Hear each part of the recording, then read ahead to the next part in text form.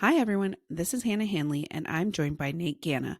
We both work in the spirits industry, and this is Caviar and Chips, our podcast dedicated to the industry, what's going on in our lives, and more. Thanks for joining us. Let's get into it. Today, we're chatting with Sammy Halpern, co-founder and chief strategy officer for Desolas Mezcal. Welcome to Caviar and Chips, Sammy.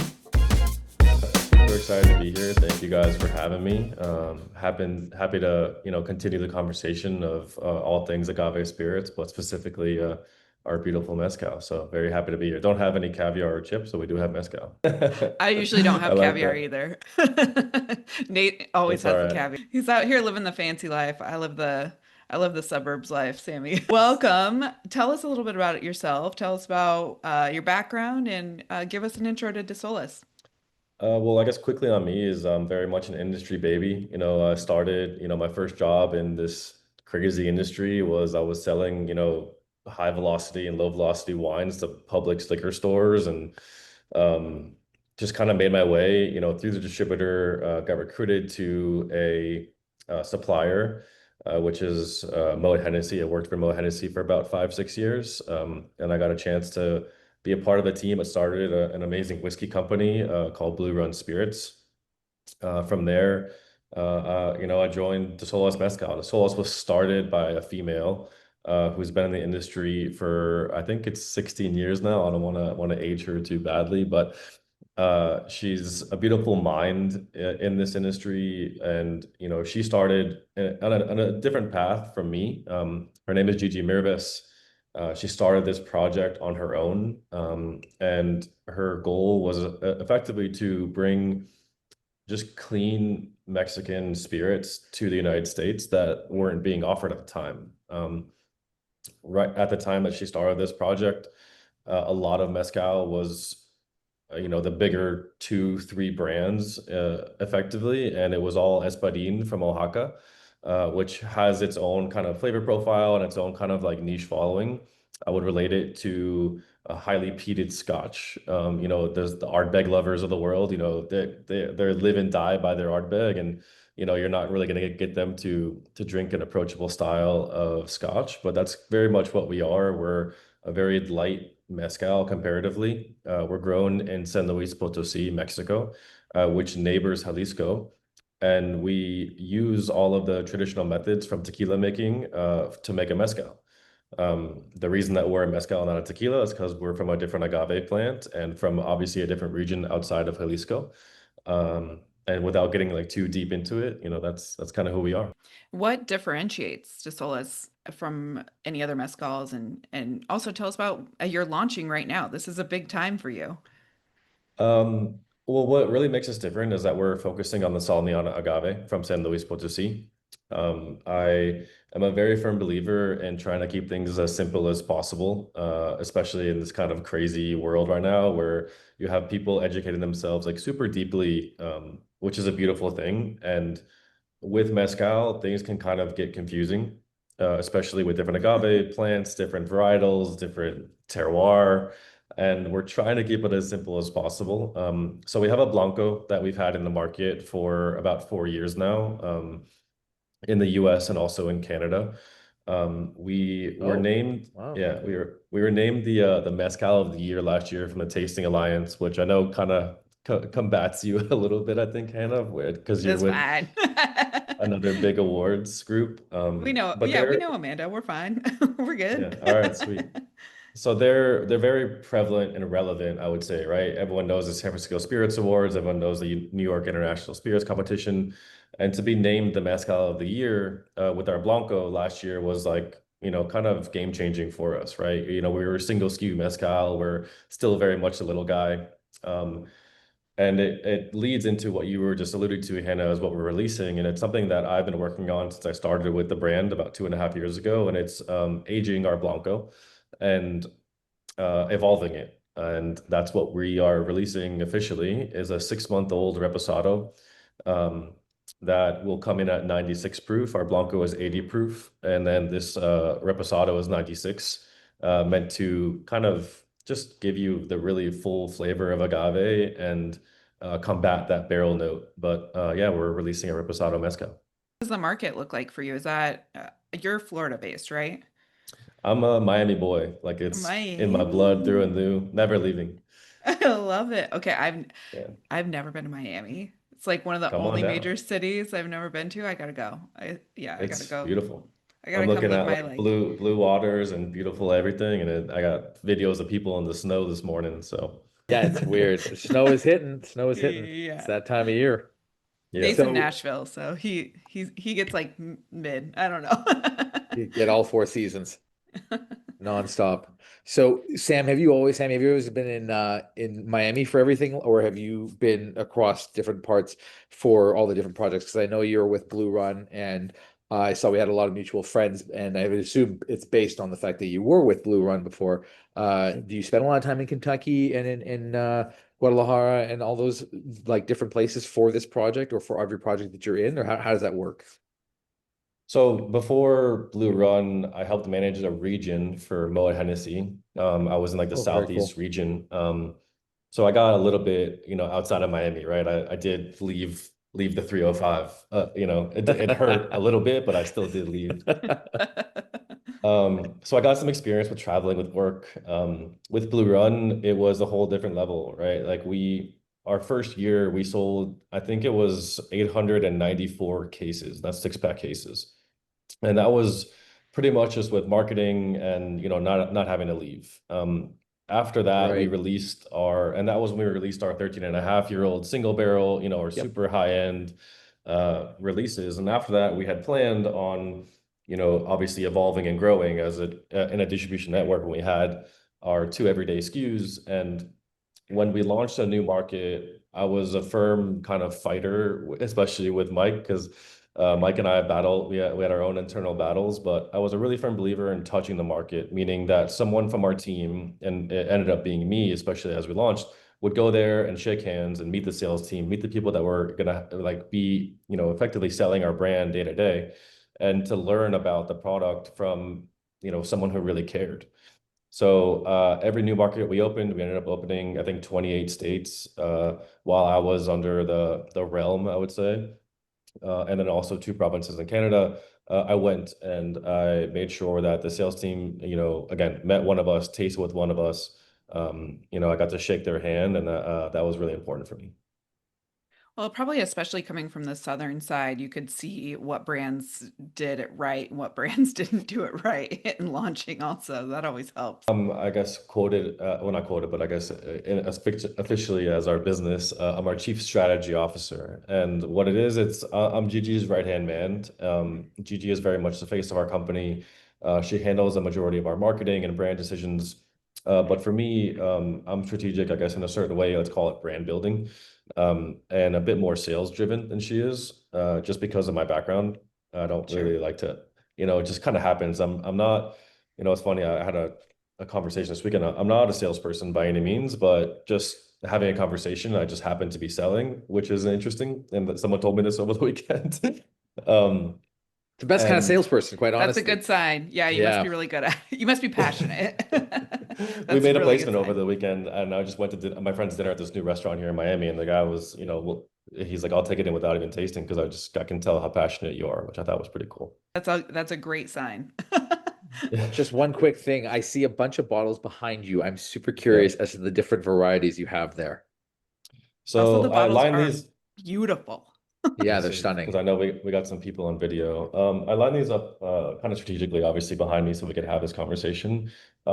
This is where we started at a whole different world for this packaging, but this is where we started with this first iteration. You can see that they are way too tall. They're a little bit too intricate. I'm hoping that this video comes through. And then you can see my design ideas, and you can see them slowly turning a little bit more delicate, and that's all Gigi.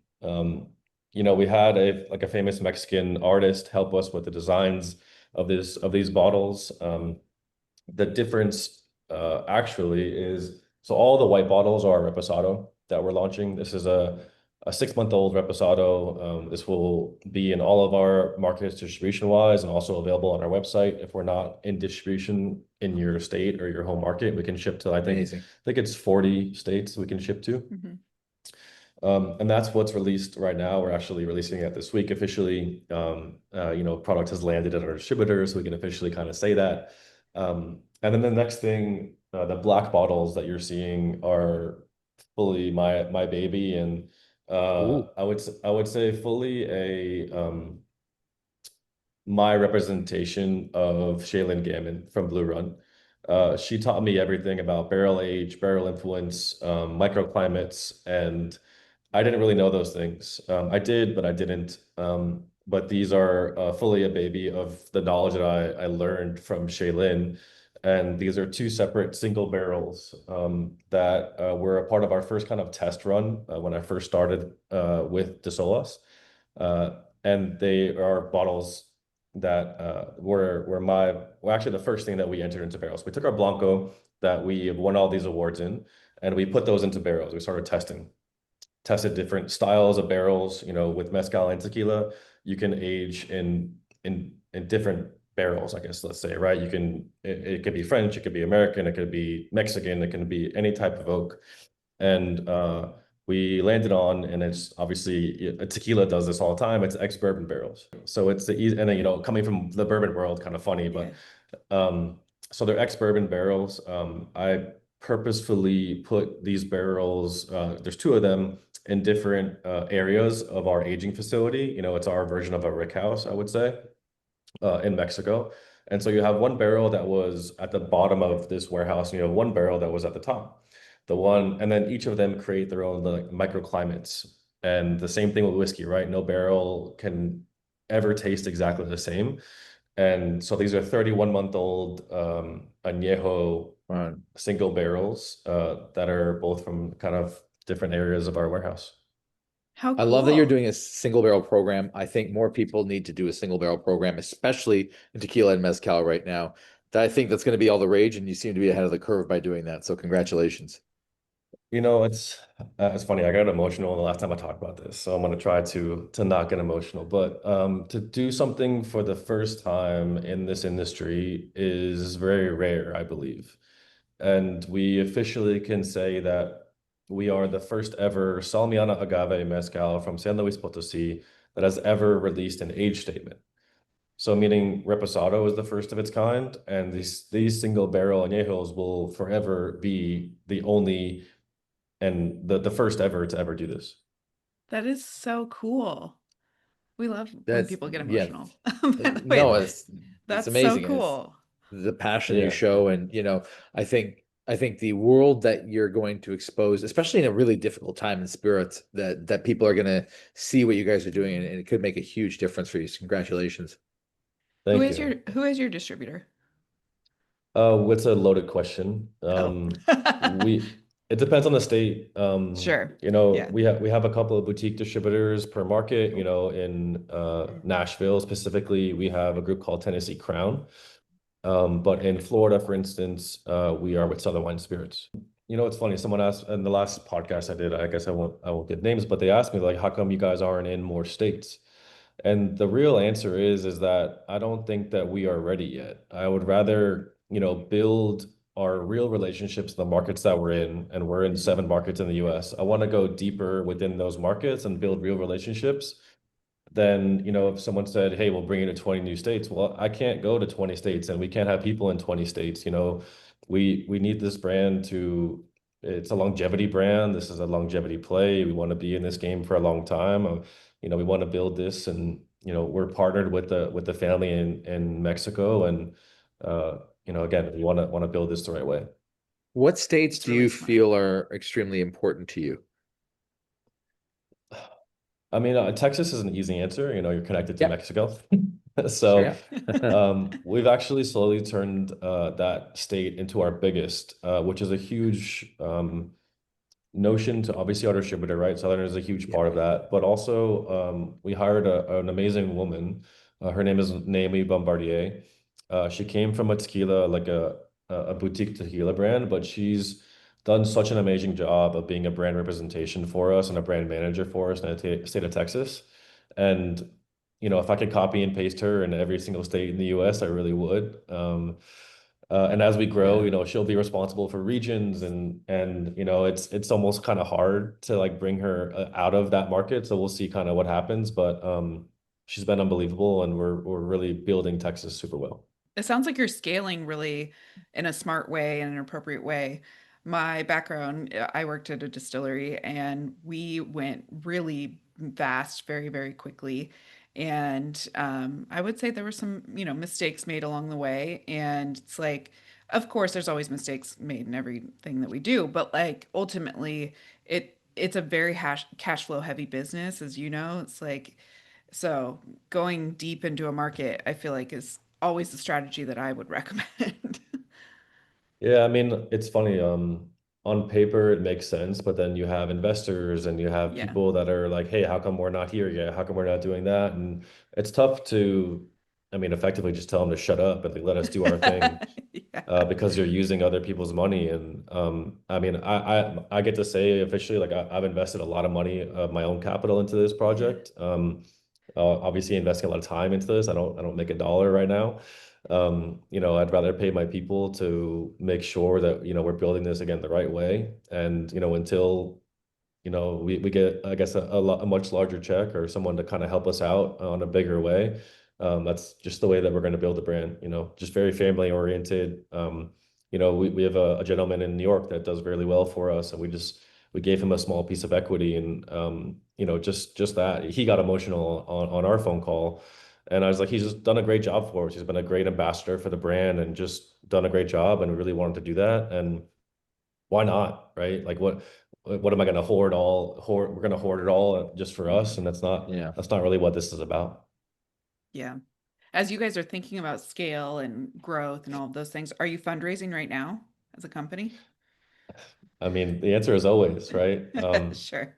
We actually just had like I don't know, call him an angel of sorts. He kind of came in at the right time. Mm, He's a strategic investor who's helped us raise some other funds as well, mhm. and actually allowed us to do this Reposado project and Oh, single cool. barrel project, which I truly believe is going to change the scale of our business. Hmm. Just kind of, approaching new clients, right? Whiskey people, curious about single barrels, right? That's a key term for them. And me as a whiskey collector, I kind of always kind of seek out single barrels because they're all individual versus like Yeah. buying a blend. So I'm hoping that, we kind of attract new clients and attract new people for our company and our brand. So Yeah. on that note, what are some of your favorite whiskeys? Blue Run, baby. I mean, no. You don't My work for them favorite, anymore. I mean, But still, I maybe mean, we my still heart, my want heart. David Coors to invest. So, My heart and soul was in that, right? Like I wouldn't yeah. be able to do what I'm doing without that project. Unfortunately, there was, a not so great article just written about the brand, and it's kind of just what happens in our industry sometimes. And sales kind of slow down, and the brand becomes a little bit devalued, but the whiskey is still there. The juice is still very good. There's a famous saying in our industry is that the juice doesn't need to be good, the marketing needs to be good, and that kind of sucks, right? You have big conglomerates of companies that don't have the best juice and they have the best brand because they can do the best marketing, and that's just the way of our world. But to answer your question, with I guess a long-winded question, my favorite whiskey right now is Frank August. Um, Oh, I think that they do, I mean, obviously very cool packaging, but I think their liquid it speaks for itself too. And they've done some really cool rye expressions that I really like. I became a rye drinker, I like that spice. Every time I eat something, I put like some kind of hot sauce on it. My fiance and I just like spice. So I'm a big rye drinker. I think they do a great job with rye. So that's what I've been drinking on recently. Frank August won gold outstanding for one of the bourbons last year from IWSC in Kentucky. And I was able to take home a bottle, and my husband has been hoarding it. I'm like, hey, It's awesome. can I have some? It's awesome. I Yeah. it is mean, awesome. I gave a Jonathan's a gift the other good day guy and I bought a too. bottle of, yeah, I mean, I think they're doing things right. Yeah. I think again, like they have a slow burn, Yeah. I couldn't believe it. I bought a gift for a friend in New York. Last time I was in New York, went to Astor Wine. Shout out Astor Wine. They're a great liquor store in New York. And I bought a Frank August single barrel for, as a gift. Saw Yeah. saw it there and I bought it. And they were on barrel like 153, and I was like, that's not possible. Like I was like, that has to be the bottle number, because I have like barrel 2 and barrel 3 like in my cabinet here. Yeah. And like right when they first started doing single barrels, and I was like, if they're doing that many barrels that quickly, that's, I mean, kudos to them. I couldn't Do you believe know it. Jonathan? I don't really know Okay. much. I like the brand. Yeah. We'll have to intro you. You guys would get along. You guys would love each other, actually. All right, Like, sweet. you guys would be best Mutual friends. respect. What's up, John? Are you looking for a new best friend, Sammy? Yeah, always. My fiance might get mad at me, but that's all right. Okay, so one of the things we talk about on the podcast is health, wellness in the industry. It's something that can be kind of hard to find a balance in. Hmm. But it's something really important to Nate and I, and finding the balance in, great meals and great drinks and all of those things, but also, being conscious of our health and being conscious of what wellness looks like to us. What does that look like for you? I think it's a really important thing. One of my favorite things that one of my like mentors told me when I was, making my way up through the ranks was, you always have events, it's Southern and blah blah, but they're like, we never seen you drunk before. And I was like, well, it's because we're working, I can drink and I can taste and I can have a couple cocktails, but I never really want to be like drunk or like out of control. And I think that was a really important thing for me. And it probably helped me, in all honesty, kind of grow as fast as I did, because our industry can lead you in the wrong direction, right? There's a lot of temptation, and there's a lot of, I don't know. I guess I'll stay at the word temptation. Um, I was a college baseball player, and I trained to be an athlete, and I think that kind of helped, just with self-control, I would say. And even today, I work out, 3 to 4 times a week. I guess I won't lie too badly. 3 to 4 times a week, I'm in the gym, and then I stay active. I play tennis. I play paddle. Paddle's a crazy fast-growing sport, that came from Spain. It's like a version of like tennis. It's different than Um, paddle. Wait, than pickleball? it's different than pickleball. It's a European sport where there's like glass surrounding you, and so like you Like can literally. racquetball? Really, It's kind of like it's kind of like, racquetball. yeah, really cool. Okay. I don't know Uh, about this. yeah, and like I mean, isn't that crazy, right? Y- Like there's like you've never heard of it, but it's like one of the fastest growing sports in the world right now. You have paddle courts in Wow. Miami, right? Like everywhere? You've Yeah, everywhere, yeah, everywhere. that's We're sick. just we're just getting the pickleball courts everywhere over here. Like, that's so funny. Miami's a different breed, though. I Miami's know. I more, gotta go. I gotta go to this is Miami. America, and Everything then is there's Miami. everything.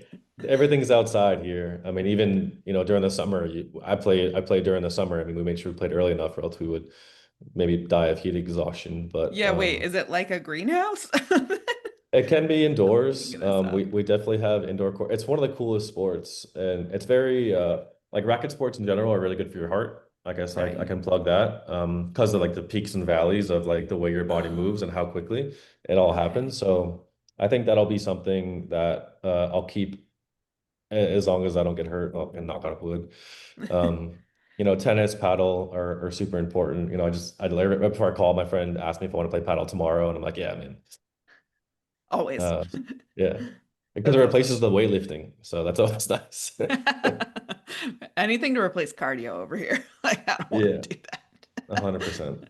that. That's So awesome. are you seeing, like, I'm just super curious about your, obviously insight into the industry, coming from an industry that was once very fruitful in whiskey, that is definitely having a valley right now, and not a peak. Where do you see Mezcal right now, just from your own view? Obviously, not plugging withstanding of your amazing Mezcal, but I mean genuinely your thoughts of the industry right now, and where you see this going. I think to parlay the health and wellness aspect of things, agave spirits are known as the only non-depressant, right? So as So the well said. younger generation understands a bit more about how they're consuming, how their body reacts, I think that agave spirits have the longevity play. I think anything clean, regardless of production, will cleanliness and transparency, right? People want to know where things come from. They want to know, how it was made, who made it, and you have all this information out there. So, to speak specifically about our project, I think that agave spirits, and I'll include mezcal, I'll include sotol, I include tequila, raicilla, all of these things that are made from agave, which is, effectively a healthier version of how we can consume alcohol. I think that they have a really strong longevity play. If someone was visiting you in Miami, where would you take them to like eat and drink? This is a fun question. Um, so eating wise, I have like my bougie side, which is like if they want to be like bougie, which is Le Petit Maison. This is a French restaurant in Brickell. It's very posh, but they have some of the best food and an amazing cocktail program. Love that. Um, uh, Drinks wise, if I was like just drinking, I mean, there's dive bar. I mean, I love Dante, so we have this like it's turned into Yep. like more of a lounge, so I go earlier whenever I do go. So Dante, made by some of like the best minds in our industry, especially down here in South Florida. It's Like, is a that the same vinyl. Dante from Dante, New York? No, it's different. Okay. Okay. Um, so this is called Dante's Hi-Fi. So it was the Oh, cool. first like vinyl listening lounge that was brought to Oh, Miami. Ooh, sick. that's And so fun. early on, you can go there and have a proper cocktail and sit and actually have like a conversation. A little bit later on, it turns into more of like a dancing scene. So, in my elder age, I try and go there early on and actually have a proper cocktail with their bar staff. I think they do a great job. So very, very cool spot. I have two that I want to ask you on. One, I love Lagniappe. Okay. No alcohol though, only one. Yes, yes, yes. I know that's true. That's a good point. Yeah, never My thought father about my that. father judges restaurants like that. So if you don't have alcohol, I can't go. I love that. Your dad is gonna be my best friend. That's awesome. And I loved the experience we had at Coat. I think Coat has its own like cult following, I would say. Yeah. My argument for Korean barbecue is I want to be in downtown LA. I want to smell horrible when I leave. I want to eat, I want to be like disgusting. If I'm at Coat, you're like Bro, wearing like a nice restaurant, like I'm yeah. wearing nice clothes, and it's like I want to be like a Korean barbecue place. It's like too You posh. wanna I love that, dude. That's awesome. That's so good. So true though. Yeah, I Yeah, mean, you want listen, to like really Can't get leave Korean get barbecue and be grimy. like, I smell let's good. go out and like let's go have drinks and like let's go to a club or something and like It's I not a think they've done a barbecue. great job. I mean, that's like a true following there. I It's have friends that like insane. live and die by it. Yeah, and they're Yeah. they're growing. I think they just Massively, massively. I Yeah. think they're opening two new restaurants, so they're happy for them. No, no, I just think it's cool that like you take what you just said literally of like, you think grungy Korean barbecue and like the smell and all that stuff, but then you made it Michelin and you're kind of like, holy shit, how did you wind up Crazy. doing both, Yeah, pretty cool. Love That's that awesome. concept. And I think some of the coolest places that we have right now opening are in like our interesting neighborhoods. I mean, like Sonny's, you're gonna hear Sonny's until Yeah. you're blue in the face. I mean, they've done an amazing job, and they're in, for lack of a better term, they're in the hood.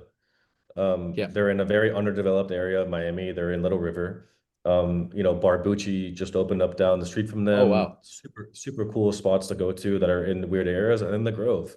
You have the Ariete group who have opened up our 3 or 4 concepts down in the Grove in like almost a dying neighborhood a little bit that needed a youthful kind of, push. And have done a great job of opening some new, really, really cool concepts. You live like downtown? Where do you live?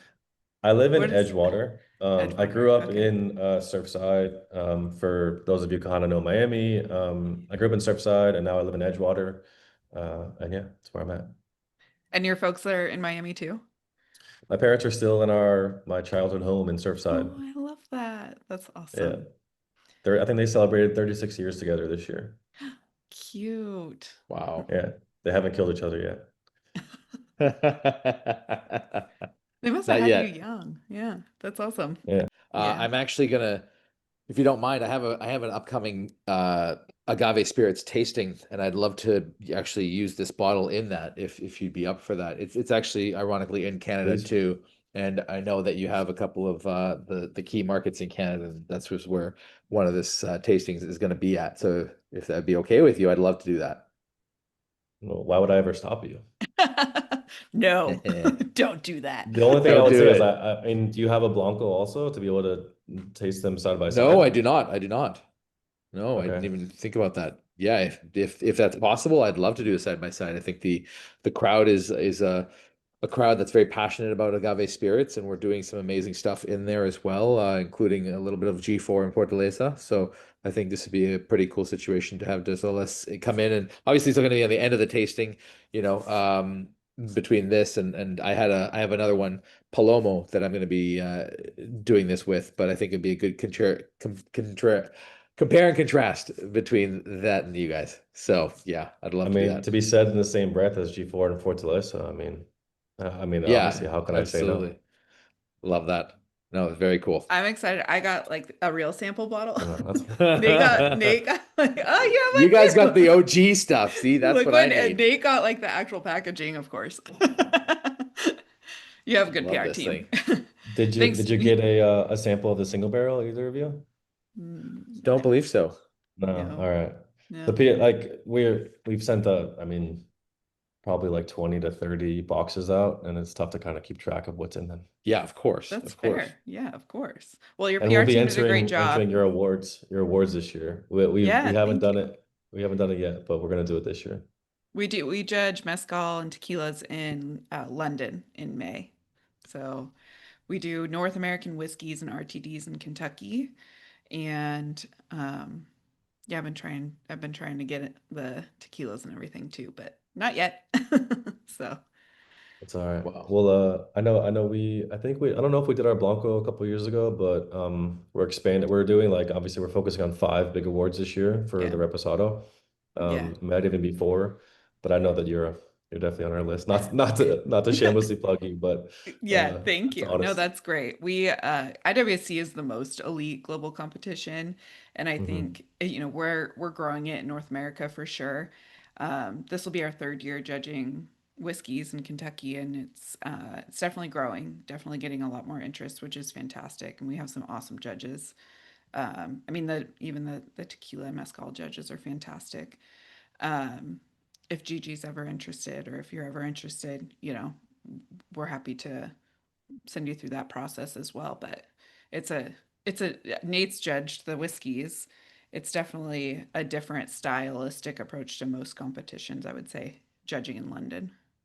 Okay, awesome. Yeah, I Yeah, mean, I would be interested just to be on that side of it. No one's ever asked me, yeah, so I'd be yeah, honored. yeah. It's cool, right, Nate? Yeah. I mean, I've been doing it a long time. It's judging is one of my favorite processes of the year. I look most forward to those 5 days, man. You should Well, definitely get have you involved. tasted have you tasted the Reposado yet? Oh, No, should we taste no. it? I Should we taste definitely it? Looking It's for I'm this gonna 10:40 hold off. a.m. I'm gonna taste it during the actual event itself and actually, really enjoy it with all the clients, because I just think it's like I very rarely see a 48% tequila or mezcal. So I wanna be in the right mindset to do it. Monday morning might not be it for me. Cheers, Sammy. I'll Cheers, drink guys. it. There you She can go. drink for both of you. The reason for the higher proof, um, if you have a conversation with a Mexican person and you're talking about mezcal, or even, I guess spirits, they want a higher proof. They're used to a higher proof. Um, our Blanco was obviously developed for America. It's their mezcal, right? It's a family that's been making this mezcal for over 100 years, and we proofed it down to 80 to make it approachable on the palate, but also obviously price point. Most of the time when you see Salmi on agave, you're going to see, $100 plus price point. For us, again, being approachable from the price perspective on our Blanco was super important. And that's a very good, like, entry point for our company and for our brand. And this is meant for connoisseurs, I guess, of agave spirits. Meant to be sipped on. It's not meant to be, put into cocktails, even though it can be. And that was the reason for the higher proof. Also, as we Yeah. tasted, we wanted to be two things. First, to be a proper representation of the Sauvignon agave. So it's like really agave forward. It's very bright and very fresh. and also to not be overpowered by the barrel. So those were two big things, and that's why we left it at a higher proof.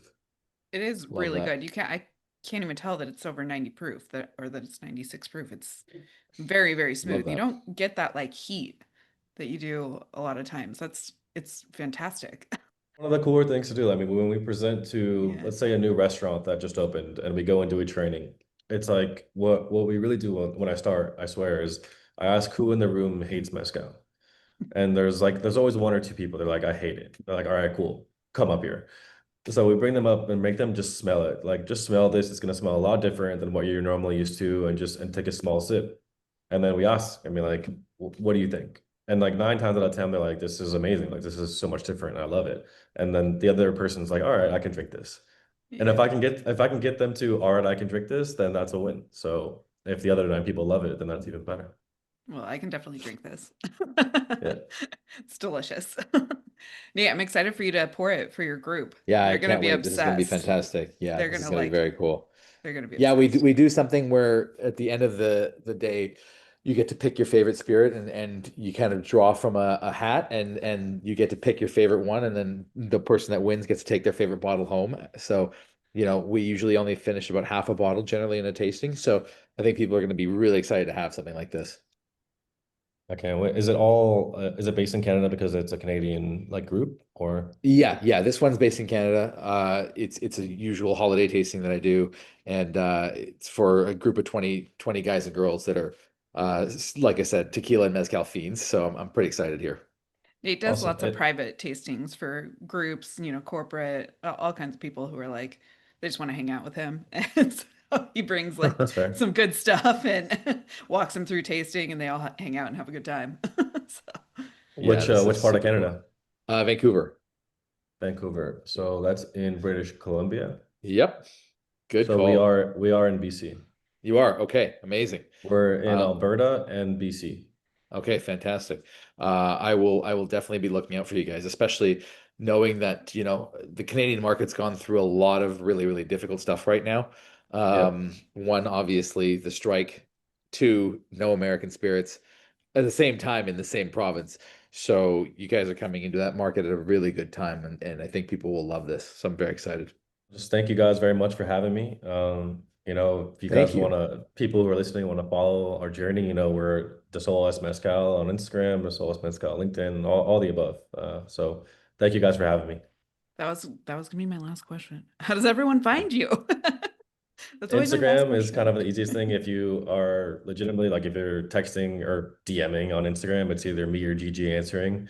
Um, that's kind of a personal touch, right? That's us. So if you have any questions about the brand, you can reach out. We have a website that we're updating, so bear with us, but you can go on desolasmezcal.com right now. Our limited editions are listed for sale. When the single barrels are sold out, they will sell out. There's only 2 barrels, and Reposado will be a seasonal thing. So we're super So excited about having cool. it. The Amazing. website is beautiful also, like the photography and the videos and the branding you all are doing is truly awesome. I love it. It's very like I could feels take a little good. bit of credit, but it's mostly Gigi. She's definitely the artistical background of the company. I guess a bit of the brooder side of it, but yeah, we're proud. For everyone listening, make sure you follow Solus, look for it on shelves. Definitely order is it through the website?